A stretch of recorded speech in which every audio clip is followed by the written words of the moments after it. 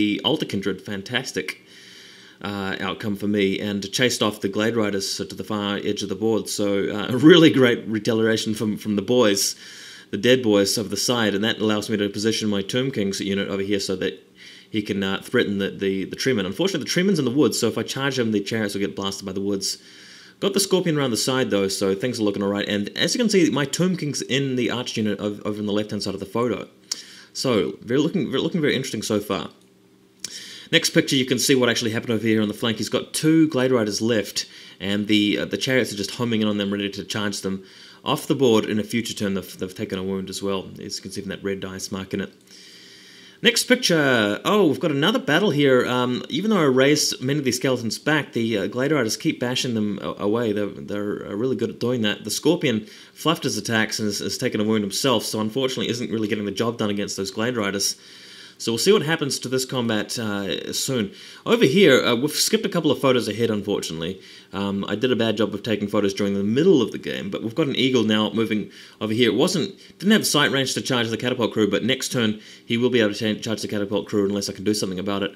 But just gearing up, and like this photo here, getting ready to charge the Catapult Crew to dispose of them. Next photo. Oh, this is very decisive what happens here. This is very good. At the bottom of the picture, the Eagle has charged the Catapult Crew.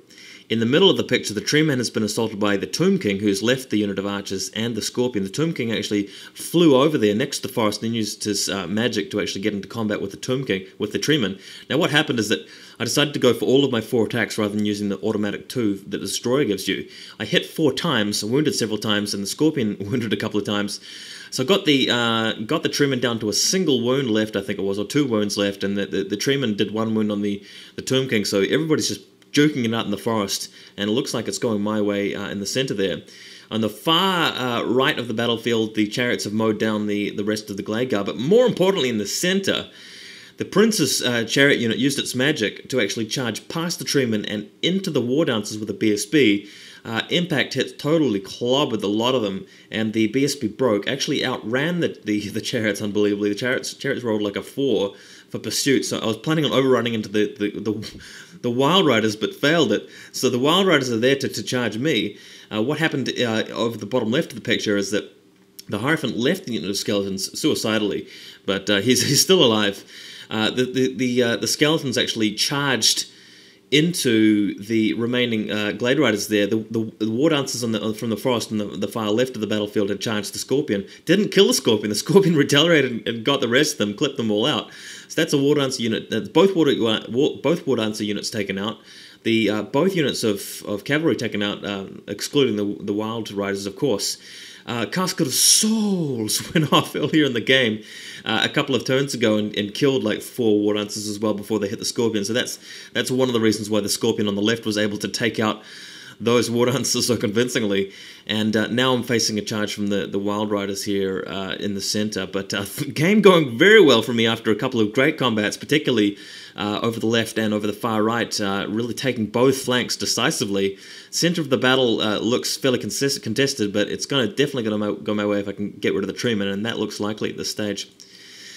Next picture, you can see the Hierophant over here just cowering away. The only thing that can really shoot at the Hierophant are archers, which don't have vision to them, and the BSB, which is fleeing. So the Hierophant, even though he's on his own with 1 wound, and the Eagle's not looking at him, the Hierophant's going to be okay here. The Hierophant shot off an incantation, that magic missile, at the Eagle, but only wounded it once, and the Eagle then went on to dispose of the Screamer Skull Catapult completely, and hit into the flank of the Tomb Guard. We'll see how that works out later on.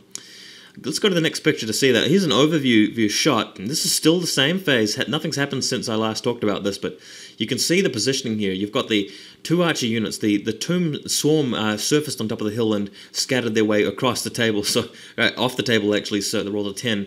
So the Swarm didn't show up, no big deal. But it's now the Tomb, now it's the Wood Elf's turn. I think it's Wood Elf's turn 4 actually.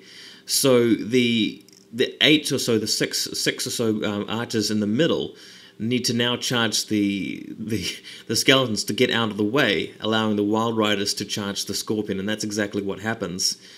In this next photo, this next photo is just me shooting just a better view of what's happening over here.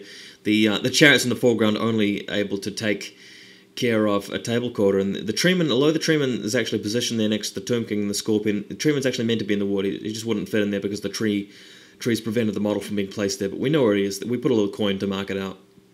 So I need to just move on in the game to find out what happened next. So let's go to the next photo, where something indeed happens. So here's the eagle. What happened here is the eagle beat the Screamer Skull catapult crew and overran into the side of the Tomb Guard. The Tomb Guard beat them. Like, no wounds were caused by either side. So the Tomb Guard pursued the eagle. The eagle ran back. The Tomb Guard fled through pursued through the forest. Over the far background, you can see my opponent packing his guys up there. He knows the outcome of the game already.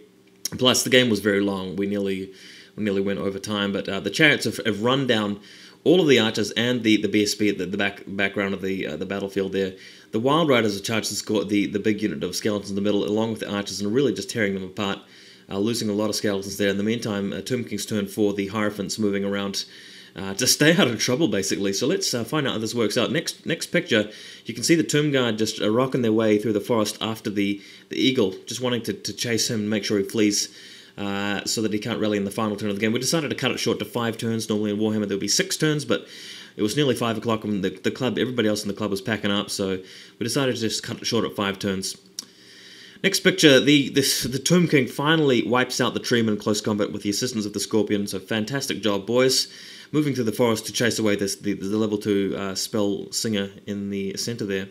So Tomb King doing pretty well. Tomb King only had 1 left after that beating he received from the tree. But at least he's alive, and at least the treeman is not alive. And that pretty much concludes the game. After my opponent wiped out the skeletons at the center, we decided to call it quits rather than going for a 6th turn. But what probably would have happened is that the chariots might have caught up with the Wild Riders eventually, and it would just been a combat in the end of the game. But I really didn't really lose that many units during the game, and he lost nearly everything. So we decided to call it a victory for the Tomb Kings. Alright, hope you guys liked watching this, and I'm glad that I managed to give the new club president an inauguration loss. He's a great guy, though. Really enjoyed this game, and it was good for me to get a rematch revenge from the last time that he trashed me, which was a few months ago now. But yeah, looking forward to some more games, and looking forward to doing some more battle reports during the week. But for now, that's me.